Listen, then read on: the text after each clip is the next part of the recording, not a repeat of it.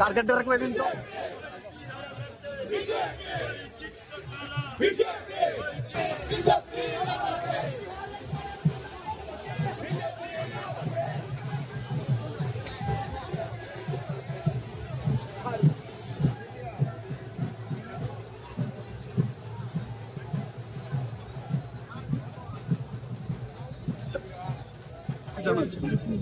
কারণ মানুষ লালুর জমানা সবাই দেখে নিয়েছে এবং ইউপি এর জমানাও দেখেছে।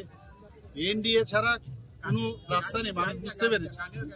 দেশকে যদি শক্তিশালী করতে হয় এবং কৃষকদের যদি শক্তিশালী করতে হয়, মহিলাদের যদি শক্তিশালী করতে হয়, যুব সম্প্রদায়ের যারা আছে তাদেরকে যদি শক্তিশালী করতে হয়, জনজাতিদের যদি শক্তিশালী করতে হয়, তাহলে একমাত্র মোদিজির নেতৃত্বে যে এনডিএ সরকার, তাছাড়া আর কোনো উপায় নেই।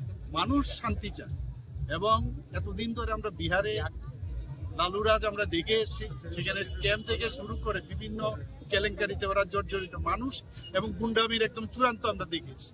সেই জায়গায় মানুষ এখন তার একটা অল্টারনেটিভ একটা রাস্তা খুঁজে পেয়েছে, তার নাম হচ্ছে এনডিএ সরকার। এনডিএর উপর প্রচন্ড মানুষের যে আস্থা আছে, সেটা কিন্তু মাননীয় প্রধানমন্ত্রীর উপর যে আস্থা আছে সেটা আবার প্রমাণিত।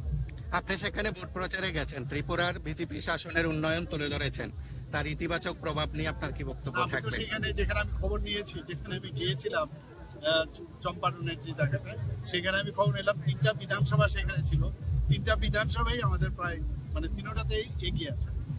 আর এটা তো আমার জন্য একটা অত্যন্ত আনন্দের বিষয়।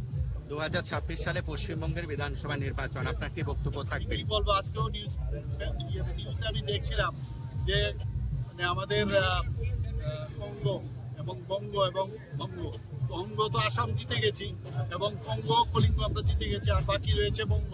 এবার তো আমাদের মধ্যে আরো ইন্সপিরেশন আরো বেশি নিয়ে আমরা ছাপিয়ে পড়বো। নিশ্চিত যে এবার কিন্তু বঙ্গ এবার যাবে এবং ভারতীয় জনতা পার্টির নেতৃত্বাধীন সরকার সেখানে